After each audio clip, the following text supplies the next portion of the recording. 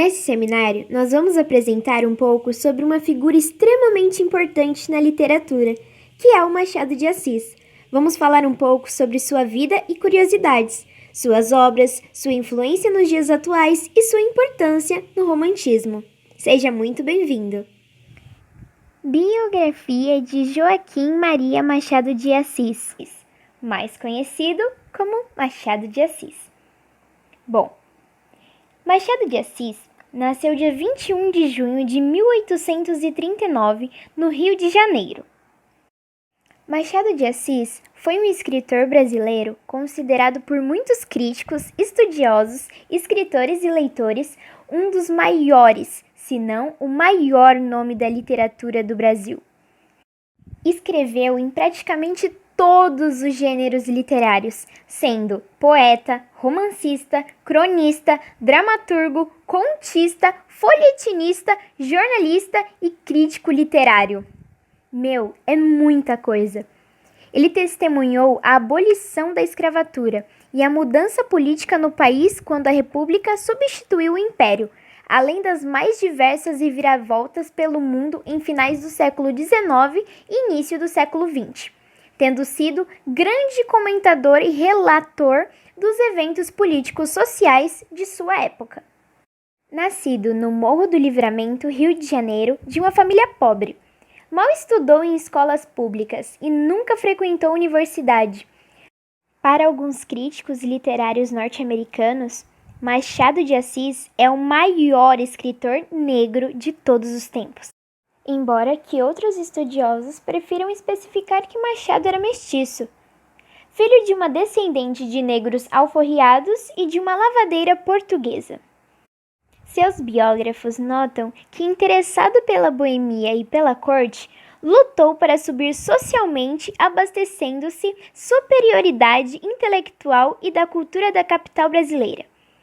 Para isso, assumiu diversos cargos públicos, passando pelo Ministério da Agricultura, do Comércio e das Obras Públicas, e conseguindo precoce notoriedade em jornais onde publicava suas primeiras poesias e crônicas.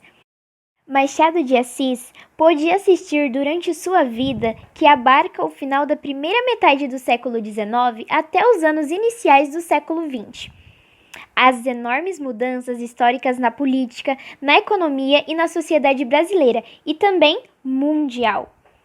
Em sua maturidade, reunido a intelectuais e colegas próximos, fundou e foi o primeiro presidente unânime da Academia Brasileira de Letras.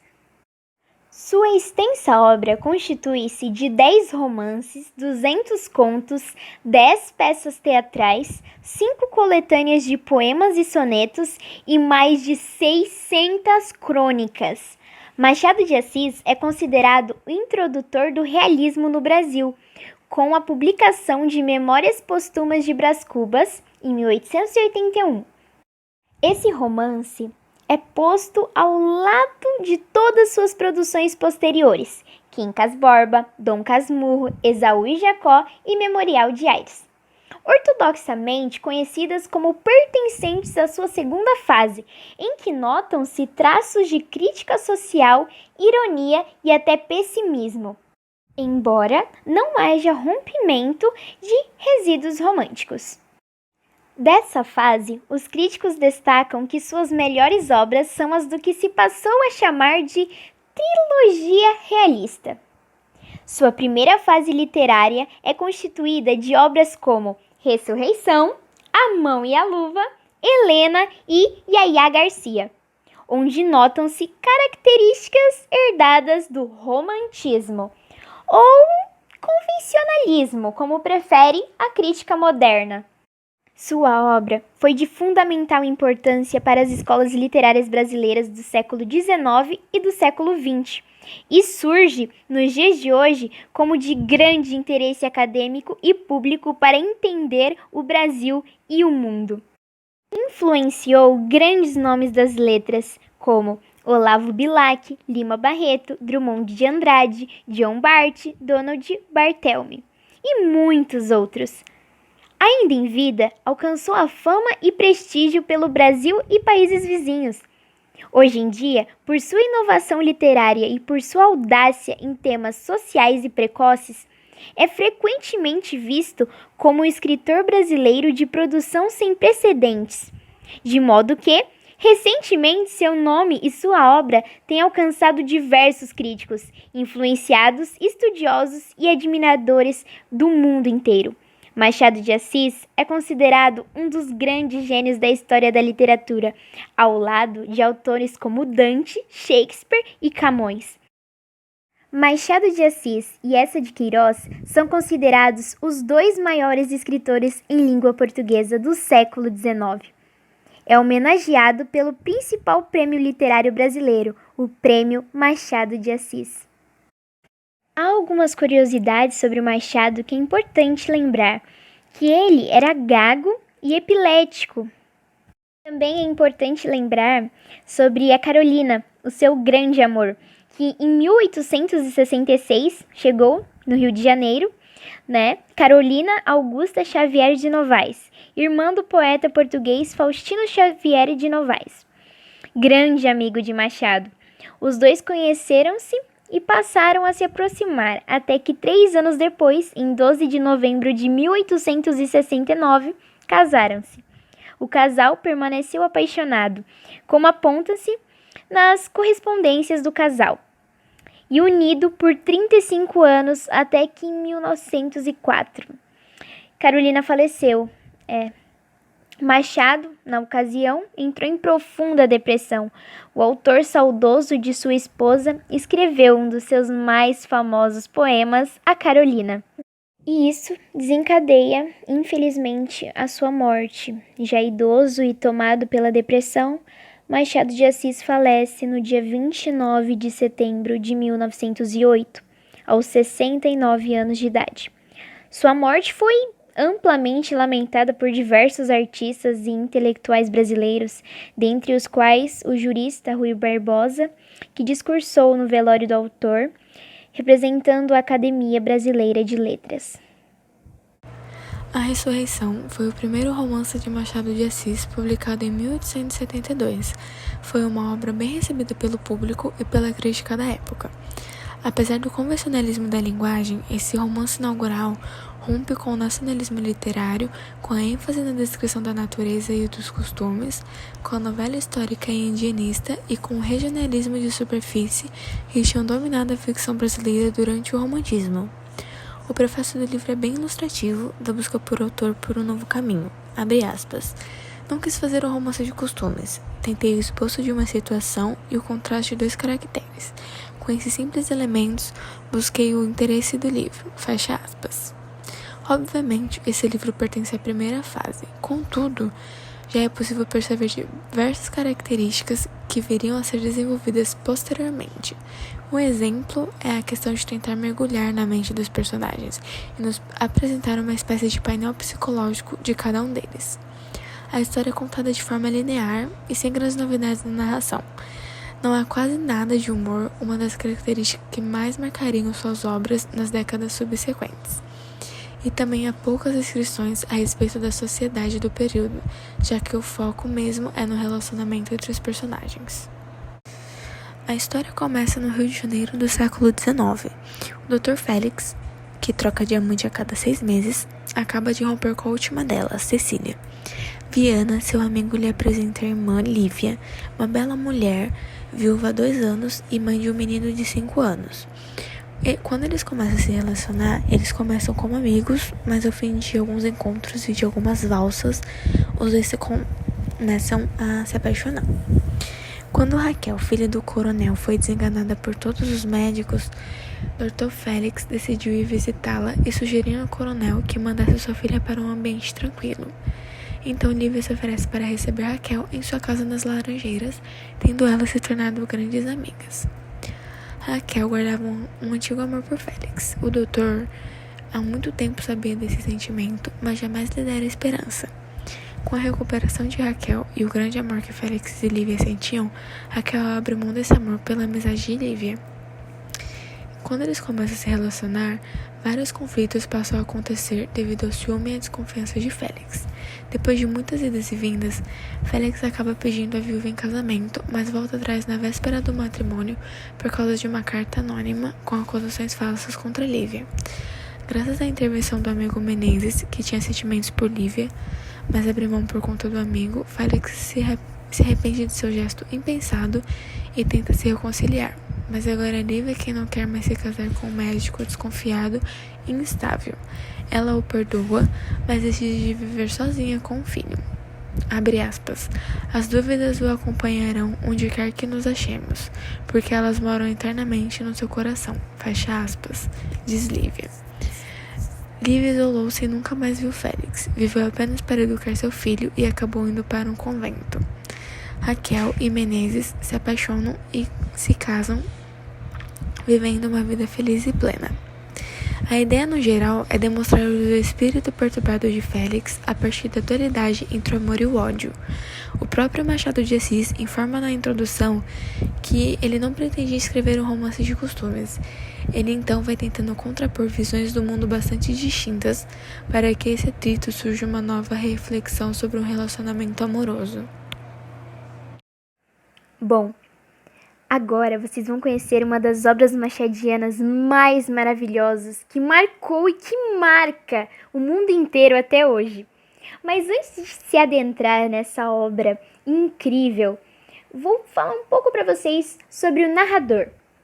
O narrador, ele é bem diferenciado. É um narrador irônico, debochado, mas ainda que não tão intruso quanto os da considerada fase realista.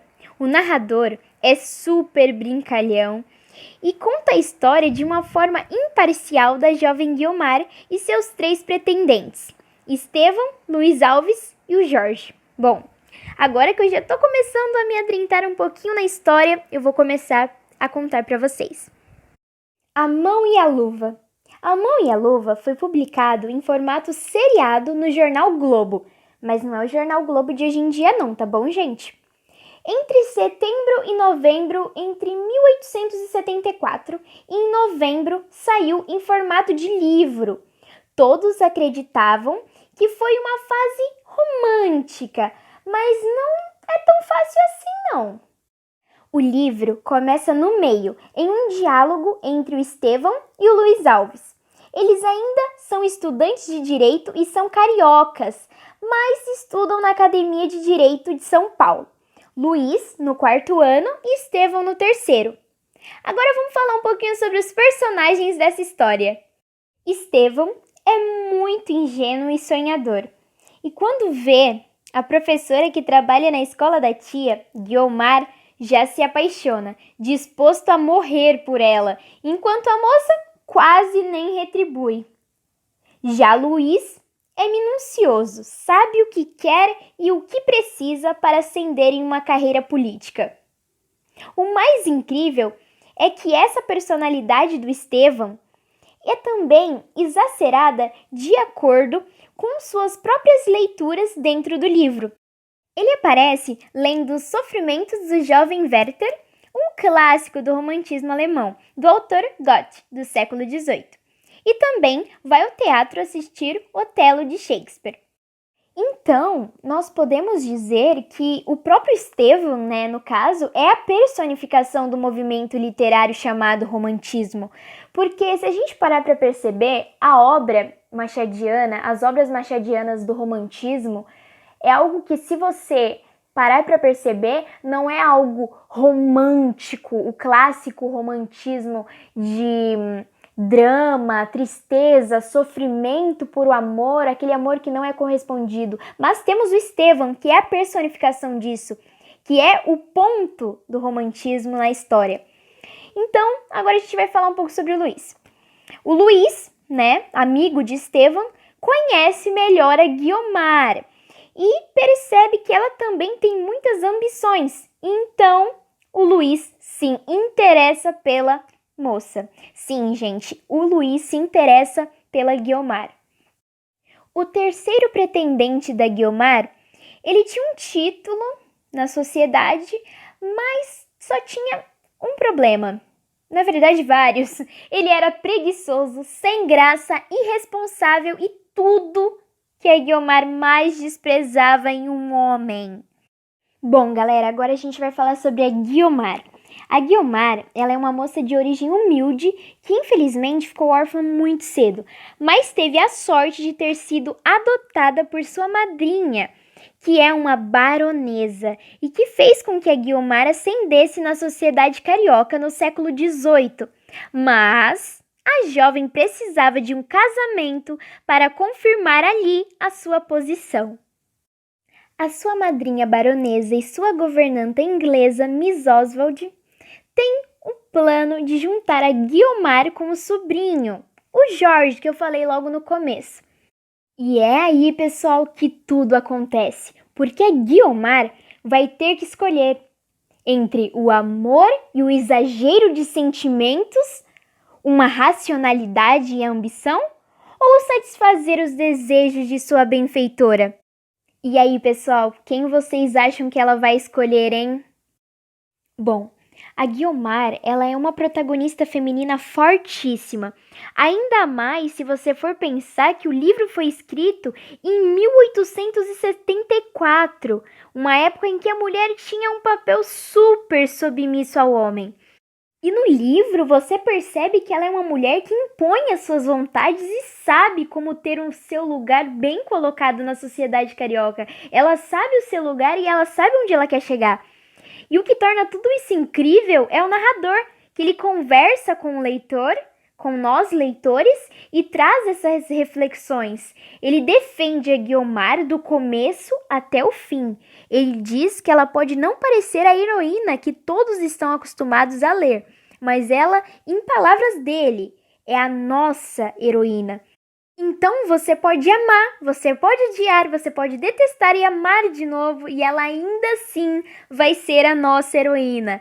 Ela é extremamente calculista, ambiciosa, e ela não é uma romântica tradicional. Sim, ela não é uma dessas românticas clichês. Então, galera, voltando no Jorge. O Jorge, vocês já perceberam que ele foi totalmente descartado, nem para ser uma opção, porque ele é tudo que ela despreza em um homem. Então, a gente fica com Estevão e Luiz Alves. Bom, o Luiz Alves, né, como eu falei no começo, ele realmente sente algo pela Guiomar e isso vai se tornando uma paixão. Então, ele conta para Estevão. Estevão fica totalmente magoado ao saber daquilo. Então, para piorar a situação de Estevão, sim, acontece o mais esperado. Bom, que para mim não era esperado, sério. Mas a Guiomar escolhe Luiz Alves. Sim, ela escolhe Luiz Alves. Então, logo após tudo isso, eles se casam e durante o casamento, Estevão só pensa em seu suicídio, mas nada atrapalhou o casal ambicioso de ser feliz, como a mão e a luva, feitos um para o outro, um encaixe perfeito. E aí, o título se encaixa com a história. Juntavam-se ambas como se aquela luva tivesse sido feita para aquela mão. Então, o livro termina com o suicídio de Estevão. Porém, traz muitas dúvidas e mistério, pois o narrador até ironiza. A frouxidão do ânimo negou-lhe essa última ambição. Os olhos podiam fitar a morte, como podiam encarar a fortuna, mas faltaram-lhe os meios de caminhar até ela. Ao concluir que o rapaz não teve coragem de pôr fim à própria vida, a personalidade romântica e marcante discursiva e frouxa, ou seja, não está preparado para enfrentar ou questionar a realidade. Agora o bis. Uma das coisas mais interessantes na obra A Mão e a Luva é a mulher como protagonista, como eu havia falado no começo. A Guiomar é uma protagonista feminina fortíssima, e o Machado de Assis faz com que o narrador deixe isso bem explícito, já que ele defende a Guiomar e faz dela uma heroína. E mesmo em 1874, a Guiomar era uma mulher super confiante, empoderada, sabia das suas vontades, sabia dos seus sonhos e sabia onde queria chegar. E o Machado de Assis não faz só ela como a protagonista, mas sim em outras obras, ele faz exatamente isso, ele coloca a mulher como o papel principal, como a protagonista. Ele faz isso em Ressurreição, como a Mari falou, a Lívia, papel principal, Helena em Yaya Garcia, Virgília e Marcela, Sofia, de Quincas Borba. Então, existem várias obras do Machado que ele aponta a mulher como a protagonista. Então, se a gente for parar para pensar, olha que incrível que mesmo em épocas totalmente da mulher ser submissa ao homem, o Machado tinha uma visão, uma amplitude totalmente diferente que colocava a mulher ali como regente, como ponto firme na obra machadiana. Outra coisa ali muito interessante é que o narrador deixa bem claro que existe o amor e a compaixão entre a Guiomar e a sua madrinha, que mesmo na época que ela ficou órfã, muito cedo, óbvio que tinha o desespero, o medo de ficar sozinha, ficar órfã, ainda mais naquela época, onde era muito difícil sobreviver, e mesmo assim, ela teve o amor pela madrinha. Tinha o medo de ficar sozinha, né? Mas não era apenas bajulação para sobreviver.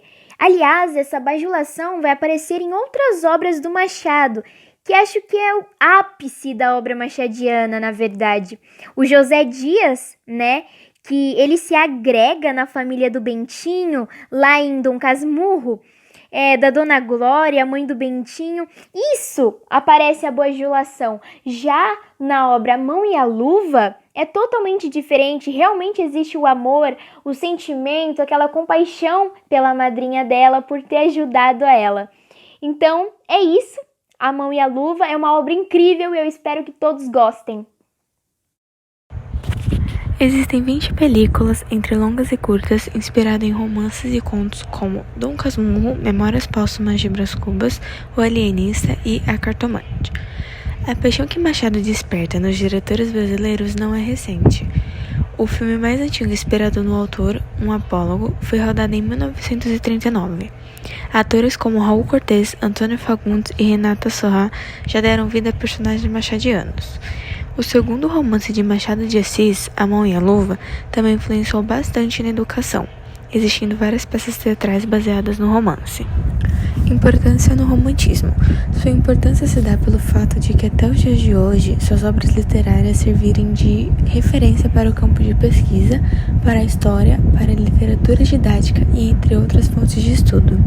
Além disso, suas obras se tornaram referência para os autores que vieram após sua morte, além de suas obras literárias serem vendidas até hoje, com narrativas profundas e pelo conhecimento de si em Dom Casmurro. Machado de Assis criou romances que sondam a mente humana, expondo ao leitor a índole dos personagens, mas a maior contribuição dele foi a criação da escola literária no Brasil, conhecida como realismo, com a obra Memórias Póstumas de Brás Cubas em 1881. O estilo machadiano tradicional é o realismo. No entanto, sua vida literária foi caracterizada inicialmente pelo romantismo. A primeira parte de sua carreira foi marcada por poemas, peças teatrais e romances de caráter romântico, tais como seu primeiro romance, Ressurreição, em 1872. A obra de Machado de Assis impressiona por abranger praticamente todos os gêneros literários. Na poesia, iniciou com o romantismo de Crisálidas, em 1864, e Falenas, em 1870, passando pelo Indianismo em Americanas, 1875, pelo Parnassianismo em Ocidentais, publicado pela primeira vez no volume Poesias Completas, em 1901. E mesmo no romantismo, os seus romances são muito intrigantes. Por exemplo, sempre traz aquela dúvida: é um romance romântico ou um romance realista ou nenhum dos dois? É sempre uma dúvida, pois a sua fase romântica e realista abrange Memórias Póstumas de Brás Cubas, Quincas Borba, Dom Casmurro, Isaú, Jacó e Memorial de Aires. Machado de Assis é considerado o maior escritor brasileiro e um dos maiores do mundo. O período mais fértil da obra literária de Machado de Assis foi a fase realista. Acho que uma resposta para a pergunta um romance romântico, realista ou nenhum dos dois seria um romance de costumes e ao romance psicológico romântico e realista. Bom, Machado de Assis, no romantismo, fez uma abertura estética do romance brasileiro ao realismo. É uma revolução fundamental que Machado de Assis submeteu à tradição brasileira.